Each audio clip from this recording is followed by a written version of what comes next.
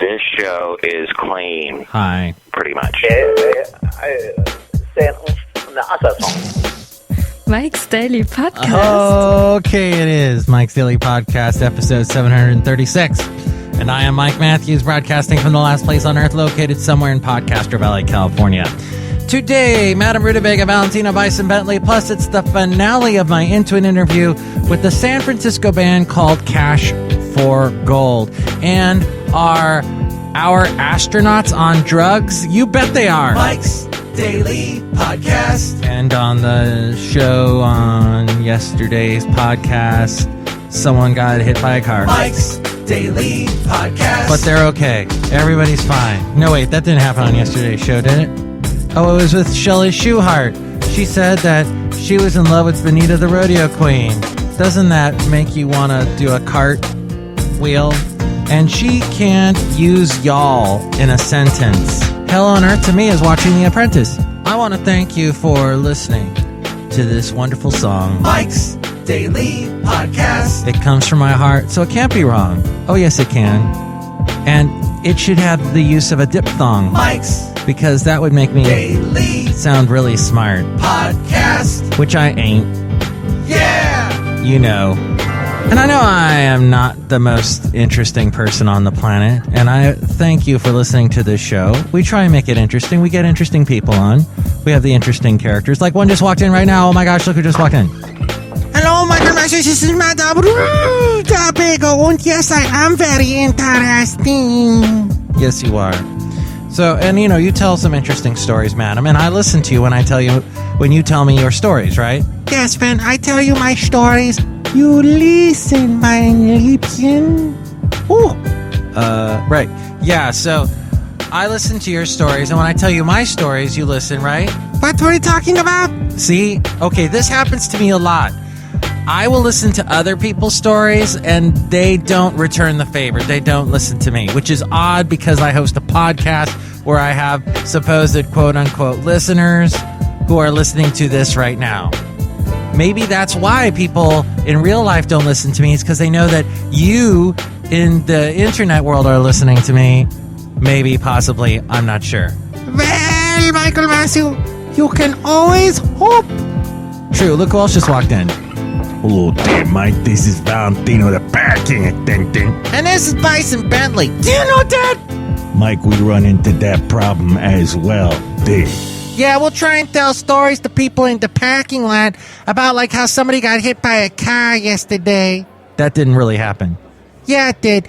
Someone got kicked in the head by a car because the car was mad, and it stood up and it kicked him with his tires. It turned out to be the Wonder Bar. Wonder Bar. Wonder Bar. Wonder Bar. Wonder Bar.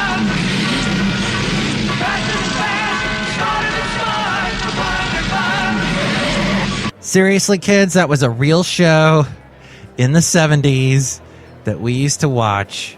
I was like 9 when that was on. The Wonder Bug, a Sid and Marty Krofft show.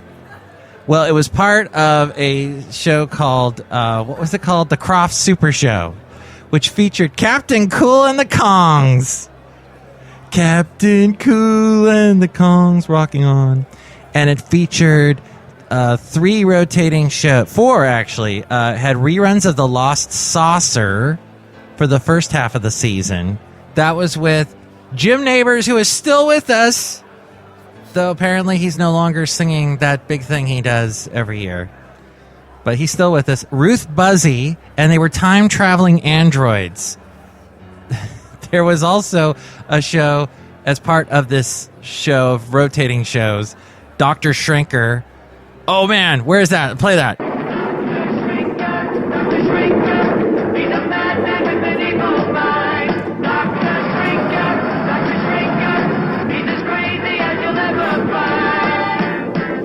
Dr. Shrinker featuring Billy Barty. And then finally, the show also had Electro Woman and Dyna Girl. Okay, let's play that theme song too.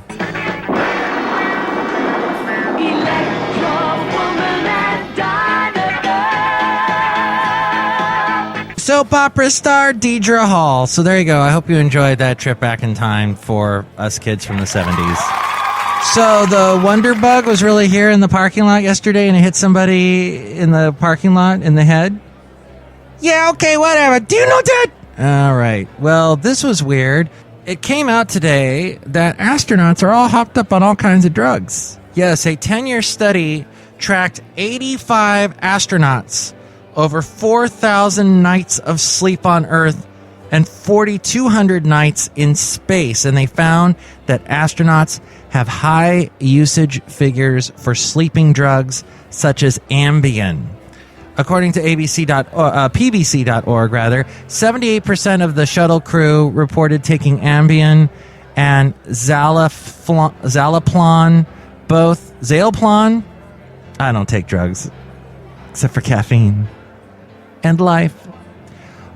Cereal. Both powerful sleep drugs on more than half the nights they spent in space. Similarly, 75% of subjects on the ISS, the International Space Station, claimed they took the medication at some point. The study concludes that more effective measures are needed to encourage rest during space flight, although NASA schedules personnel for 8.5 hours of downtime per night. It was found that the average length of sleep was more like 6 hours. The Boston Globe quoted a researcher as saying, "The concern is if there's an emergency situation and crew members have just taken hypnotics, they may not perform as well. You have to weigh the benefits of hypnotics against those risks."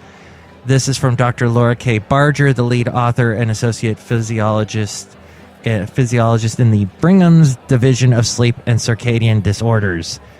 She says we need to have better countermeasures to improve sleep. NASA, which funded the study, issued a statement saying, "Our astronauts work in harsh, complex environments where they are sometimes subjected to uncomfortable and high-stress situations. The agency works hard to identify and implement countermeasures that can ensure astronauts are able to get the same quality and quantity of sleep in space as they do on Earth.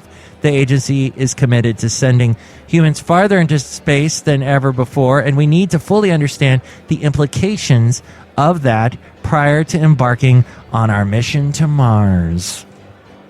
Unquote. Says NASA. What do you think about this whole thing? What do you think about Sid and Marty Krofft's show or any other shows? You know, they also did Lidsville, HR Puff and stuff. Sigmund the Sea Monster. Of course, Land of the Lost. Now, you can email me, MIKEs-DAILY-PODCAST@gmail.com. We read your comments on the section emails for me mail. You can also email me there if you'd like to be a guest on the show or if you would like to sponsor the show, MIKEs-DAILY-PODCAST@gmail.com. There's also the website, MIKEs-DAILY-PODCAST.com, with links to where to listen to the show in iTunes. Subscribe to the show in iTunes, and also you can comment and rank the show there. There's also links to where to find us on Facebook. Like the Facebook page, and when I post a new show, share it with your friends. More people find out about us that way, too. It's great. We need all the help that we can get. You can also find links to where to find us on YouTube, SoundCloud, Spreaker, Mixcloud, Stitcher, Yelp, Tumblr, Twitter. There's also the Amazon deal of the day. Click on that and buy something at a great discount. That helps us out. And finally, you can find the blog, the Daily Podcast Picture, and all my past interviews right there at MIKEs-DAILY-PODCAST.com. Into an interview. Okay. I am talking to Jordan from the band Cash for Gold, and he is in a band with Stella and George. And we were thinking of other three-piece bands, and you came up with Haim. Yes, Haim. I'm thinking they're a three-piece. I could be wrong. They could be a four-piece, but I'm almost positive. I think I'm like 95% sure.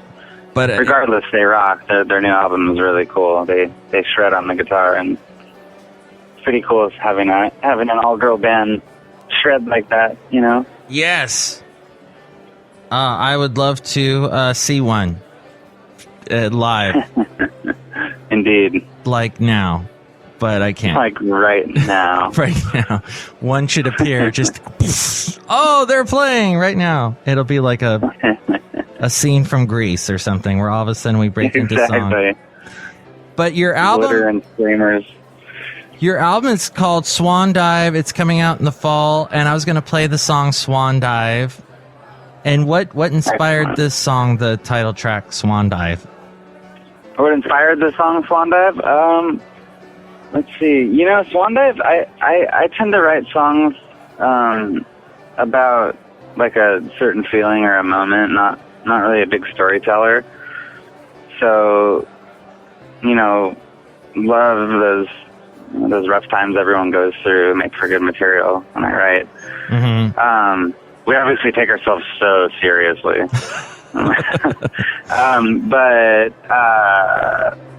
You know, I guess Swan Dive was just kind of like, I don't remember. I woke up one morning and wrote it. So it was really just kind of capturing of a moment. And, you know, there's some of the lyrics are actually a little bit happy. And it's kind of cool sometimes to put the happy lyrics in with the sad music. I like that the contrast, that dichotomy in my songwriting. Yeah. But yeah, so you know, it was kind of just written about a moment. And there's some cool effects going on in here. Yeah. We actually recorded that one that's the only song on the record that was recorded at a different studio. No one was recorded in Oakland, and it didn't really come out how we wanted it to come out. So we, the guy that mastered our record, we sent that off to him in Texas, and we were like, just make this sound crappier. So in essence, you know, we were like, just run it through a bunch of crap and make it sound trashy. And so kind of like added to it, you know, a little bit at the end. I think it really gave it an extra feeling that it didn't have before. So not the Lodi. No, it was called Coyote Hearing. Oh, okay. Yeah, it's out in Oakland. It's a cool studio. For some reason, it just, you know, we were gonna do the whole album out there, but it wasn't coming together right. So I see. We went out to Lodi and we loved the results, so we just kept going. And then, what is going to be the album cover for this? It's a painting that our friend Paul Dobelman did of a ship. It's a really, really beautiful watercolor that he did for us. Wait, and, of Shift? He's a tattooer. What's that? Of Shift? Ship. Ship! Yeah, like a boat. A big, large boat. Oh, and he's a tattooer. He's a tattooer, yeah, over at Spider Murphy's in San Rafael. He's an amazing tattooer. If anyone listening ever needs really good quality tattooing, he's world renowned, and he travels all over the place and tattoos, and he's a really good guy. Do you have a lot of tattoos? I have some. I think I have like maybe 10. Wow, how did you decide on those? You know, there's many stories. I really don't know. I think having friends that are tattooers is kind of my downfall. Maybe not downfall, because they would show you some cool design or whatever, and you'd be like, "Yeah, put that on me." Exactly. How much is this gonna hurt? But yeah, okay. So he also is a tattooer. How cool! Yeah. Great. It kind of has the feel like the artwork on the cover of the vinyl. It has a tattoo. The painting itself looks like it could be a tattoo. But it's really great. I'm excited for everyone to see it when we have the release. And are you excited about the vinyl? What's that? Are you excited about releasing it on vinyl? Oh God, yes. My whole life, or ever since I've been playing music, I've always wanted to put out a vinyl, and this is the first one that I've ever gotten to put out. So wow, I'm pretty proud and happy about doing so. It's going to be a grand moment for me. Do you have a turntable you can slap it on and listen? Oh hell yes! Awesome! Wow, you're all set. That's going to be cool. I need to get a turntable. Yes, you do. What's wrong with you, man? You need a turntable. The records are the best thing in the world to collect. I have a bunch of old vinyl in my attic. Yeah, dust those things off, man. I need to listen. I miss, because some of them I can't find on CD or anywhere on the Right, net. you can't even get them on what is everyone, Spotify or Rdio or anything, you know. Yeah, records are a special thing, man. I actually even have, because I used to run it, Casey Kasem, who just passed away, he had that top 40 show that he'd count down the top 40 song. I actually have one of the, because those shows used to come in on record, and I have one of the records from his show. It's so weird to you put it on and you have a record of his show. Yeah, because that's how the shows came in on records. And it still has the old commercials for Prego and oh man, yeah, Oxy. you gotta get a record player now for that. I gotta listen to the Oxy 10, Oxy the stuff that cleans the acne out. All those funny old. Oh yeah, right. Or come see the new movie this fall, Eddie Murphy in 48 hours. Oh my God, classic. Crazy. So, yeah, turntables are great, and that's awesome. You're going to be releasing Swan Dive on vinyl. Yeah, I'm really looking forward to it. So let's listen to the title track. You can find out more about Cash for Gold at wearecashforgold.bandcamp.com. They're also on Facebook. Also, We Are Cash for Gold. Look for them on Facebook there. And Jordan, it's been great talking to you. It's been a pleasure. Thank you so much for having me on here. And Cash for Gold rocks. Thank you. Thank you so much. Swan Dive on Mike's Daily Podcast. I don't know where we are or how we got here. It's way too loud and you look so familiar. Let's drink some more and shine into the future. Stay near this place is warm, but I'll still show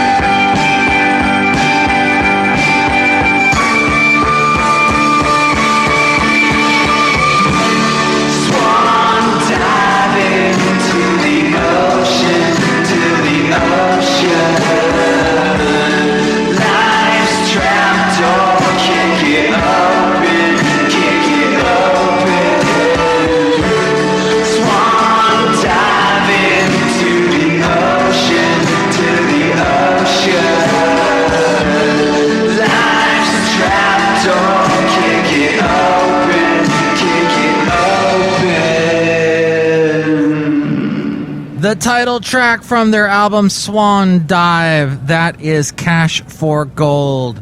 Keep an eye out for the new album, more details as we go outside the last place on earth where we bring you Mike's Daily Podcast somewhere in Podcastro Valley, California. More from them you can find out about at wearecashforgold.bandcamp.com. And here's today's podcast picture. I took a picture of myself. I did a selfie, sort of. Actually, I used this strange mirror thing that they got going on just outside of the Exploratorium in San Francisco, and you see a streetcar going by, the F line, and I am sitting there. It was a cold day, unlike today. Well, actually, it's cooling down a little bit here in the Bay Area, but it's been hot, humid, feeling like the South lately here, y'all. Which, for some reason, Chely Shoehart can't say that word. I don't know why she can't use it in a sentence. It's sort of a mental block for her. The damn Yankee. So then, I took this picture of myself, and I look rather thin. Too thin, really. And I don't think I'll ever get that thin. Certainly not anytime soon. Not with the amount of Matthews Chinos I drink. But see that picture now at MIKEs-DAILY-PODCAST.com. Mike and Matthew, I have a difficult time saying the word y'all as well. What? I wasn't listening to a word you said. You got me back, touche. Tomorrow we will bring... that's French for touch. Interesting. Tomorrow, the segment shall be returning called Do You Know Dat? Yes, the thing that Bison Bentley, that word you like to say, that phrase, that pays. Well, it doesn't pay anything, but you like to say that phrase a lot, don't you? I don't know. He does, ladies and gentlemen. He does. I do like to say that saying. Do you know that?